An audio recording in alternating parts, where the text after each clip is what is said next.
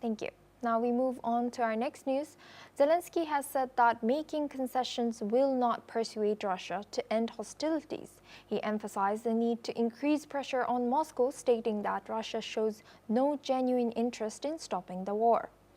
This statement comes as US President Donald Trump is set to meet Russian President Vladimir Putin in Alaska. The meeting raises questions about the future of diplomatic efforts amid ongoing conflict.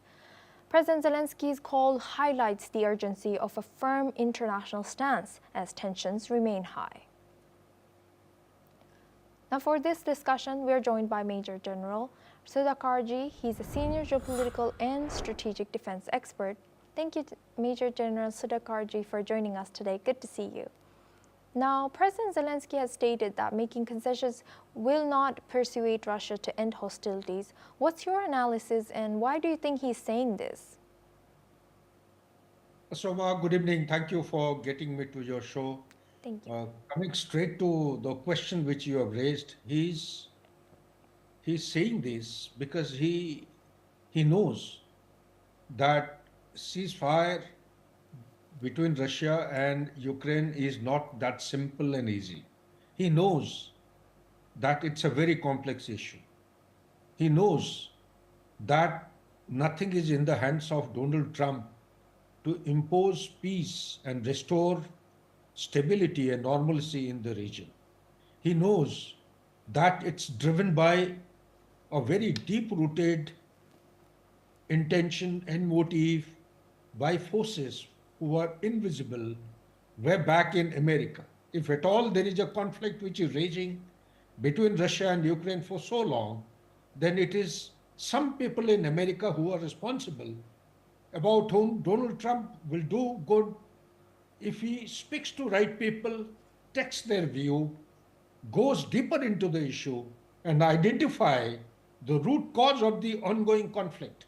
Why am I saying is that it is very simple to make a statement that the war or the conflict will be brought to an end. But it is very difficult to diagnose the disease. Unless the disease is diagnosed, the doctor will not be able to find and give the right kind of prescription. Back to you, Asu. And building on that, what do you think, what do international allies such as the US and Europe play in applying this pressure to Russia? Essentially,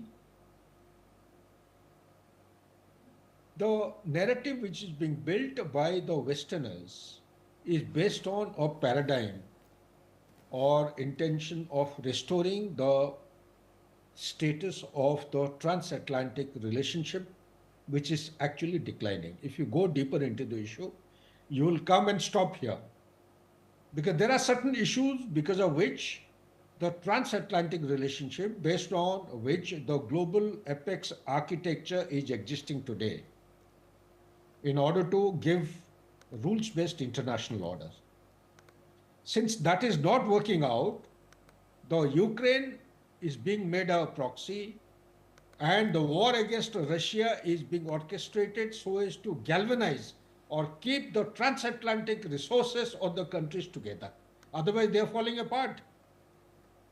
So the deep state, which is predominated in USA, the primary aim is to continue with the conflict, let the economy of USA benefit, let the defense industry benefit, at the same time keep the forces who are party to this transatlantic architecture or the NATO together, keep them galvanized as long as possible, because the moment they break, the global architecture of peace and normalcy will also collapse. So this is one. Second point that I wish to highlight in short is that putting pressure on Russia is just closing the eyes to the basic fundamental reason or the diagnosis that I left in the last question was incorrect diagnosis of the disease. Russia attacked Ukraine on 24th of February 2022. Why did it attack? That is the moot question which is to be answered. If it is going to, if at all it attacked, it was with some purpose. There was some threat to insecurity to Russia, which despite best efforts of Putin, he could not. He could not actually resist or stop this expansion of NATO forces towards the east. And Russia was getting surrounded by forces inimical to its existence. So, therefore, unless the insecurities are addressed, I don't think they will be able to make any headway. Last but not the least is that they are keeping the pressure on Russia, thinking that Russia one day will be bled to death. Number two, it will collapse, it will become non existent. I am afraid more pressure they put on Russia, more stronger it becomes. It will be defensible, it will be formidable in times ahead. How long are they going to keep imposing sanctions? Since 2014, more than 16,000 is the bottom line, and the maximum line is 30,000 sanctions have been imposed on Russia.